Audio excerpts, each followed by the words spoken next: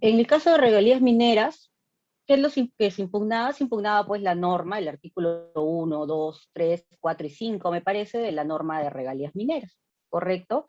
Entonces, en este caso, el tribunal hace un desarrollo, primero, relativo a la función del tributo en el Estado constitucional y democrático de derecho, ¿no? Eso para poder meternos al análisis posterior, ya cuando vemos la inconstitucionalidad de forma y fondo, si es que estamos frente a un tributo o no, ¿no?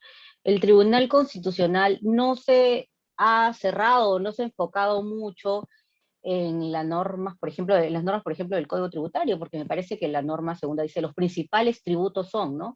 Impuestos, contribuciones y tasas, pero ha habido más de una oportunidad en que el Tribunal Constitucional ha tenido que analizar algunos pagos que se hacen al Estado o algunos conceptos económicos que se dan al Estado que tienen algunos elementos, ¿no? Que podrían ser tributos, pero que no necesariamente son impuestos, contribuciones y tasas. Entonces aquí es bien interesante ver esto, ¿no? El análisis que se hace desde el punto de vista constitucional, que no solamente obedece a a esta clasificación tripartita de impuestos, contribuciones y tasas, ¿no?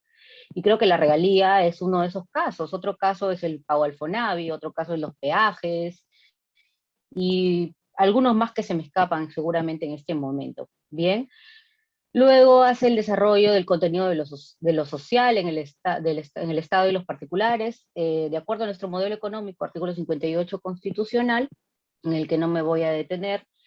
Luego también hace un desarrollo de la responsabilidad social de las empresas, que es importante, dado que nuestro país, pues ciertamente tiene un gran arraigo, una gran relación con el tema de recursos naturales, de minería, ¿no? Entonces, sí es importante que el Tribunal Constitucional establezca algunos parámetros relativos a la responsabilidad social de las empresas. Es más, aquí en el fallo incluso se hace algunas exhortaciones al Estado para el eh, cumplimiento de estas obligaciones. Bien, y el 2.4, la Constitución, el medio ambiente y la política del medio ambiente, donde también establece ciertas regulaciones que también están en el fallo, relativas a los deberes que tiene el Estado. Estas son las cuestiones principales antes de entrar al tema de inconstitucionalidad formal y material. La que sigue, por favor. Bien, con respecto, aquí quería detenerme un segundito nada más para explicarles que con respecto a la Constitución, el medio ambiente y la política nacional del ambiente, es uno de los pocos casos, además de la hoja de coca, me parece, donde el tribunal hace un análisis detallado del derecho a gozar de un medio ambiente equilibrado y adecuado para la vida. No, también hay un tema de Constitución y medio ambiente en el caso de toros. Es interesante, ¿no? Porque de alguna manera nos introduce a nuevos retos del derecho constitucional, como es la constitución ambiental, por así llamarla, el medio ambiente y sus recursos naturales, la política nacional del ambiente y los conceptos de sostenibilidad, así como el medio ambiente, empresa y las responsabilidades que debe tener una empresa en un Estado constitucional y democrático de derecho. La que sigue, por favor. Bien, con respecto a la inconstitucionalidad formal, acá señalaban de que habían incumplido el principio de reserva de ley. Sin embargo, el Tribunal Constitucional establece de manera clara que aquí hay una ley general, que era la ley de sostenimiento de recursos naturales, me parece, que era pues ahí se cumplía el principio de reserva de ley, y luego habían normas que servían para el cobro de estos gastos, y una de ellas era la ley de regalías mineras. Entonces, esta ley de regalías mineras cumplía perfectamente el principio de reserva de ley, puesto que esa reserva de ley no se daba con la ley de regalías mineras, sino con la ley de sostenimiento de recursos naturales. Entonces, por ahí se convalida la constitucionalidad y se declara que no hay inconstitucionalidad formal. Ahora, los conceptos anteriores permitieron establecer esto, ¿no? Con respecto a si es un tributo o no, nos deja algunos elementos que nos llevan más adelante a entender en la inconstitucionalidad material que el Tribunal Constitucional, sin decir esto no es un tributo, dice es una contraprestación, un pago que hace el Estado, pero no señala textualmente, no es un tributo, ¿no?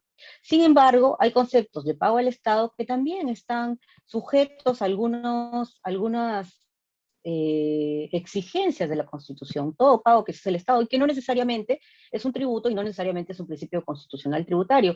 No olvidemos que en este caso de las regalías mineras no se impugna tanto principios constitucionales tributarios, sino se impugna, por ejemplo, una reserva de ley que está en un artículo de la Constitución del 66, me parece, y se impugna la igualdad, ¿no? Que es un principio de derecho que no solamente se aplica al derecho constitucional tributario, sino cualquier otro concepto jurídico, y las libertades económicas, ¿no? Más el derecho de propiedad. Por ahí va el análisis, ¿no? Entonces, se hace un análisis sin decir que no es tributo, ¿no? Terminando por conceptualizarlo como una contraprestación que hacemos al Estado, más adelante veremos con detalle.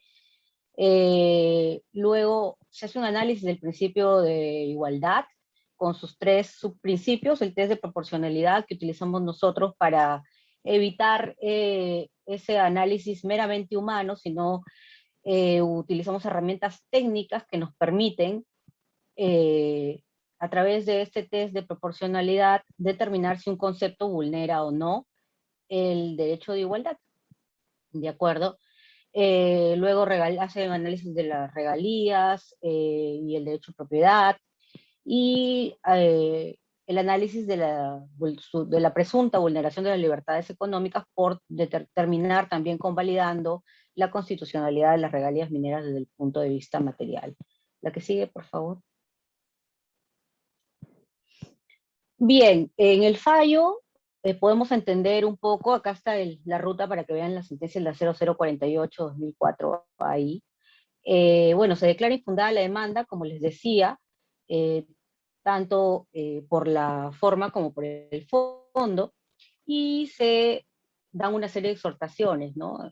Por ejemplo, se indica al Congreso que se establezcan los mecanismos legales pertinentes a fin de garantizar que la recaudación de la regalía minera cumpla con los objetivos de la propia ley, ¿no? Artículos 8 y 9. Luego, que se diseñe y establezca mecanismos de control, información, transparencia, para que la sociedad civil pueda efectuar el seguimiento de manejo y el buen destino de estos recursos. Aquí también en la sentencia se hace algunas diferenciaciones con el canon minero, por ejemplo, eh, y con el pago de algunas otras contraprestaciones que no son, que los demandantes le atribuían, como el pago que se hace por regalías mineras, haciendo pues especificando qué conceptos correspondían a las regalías mineras, ¿no?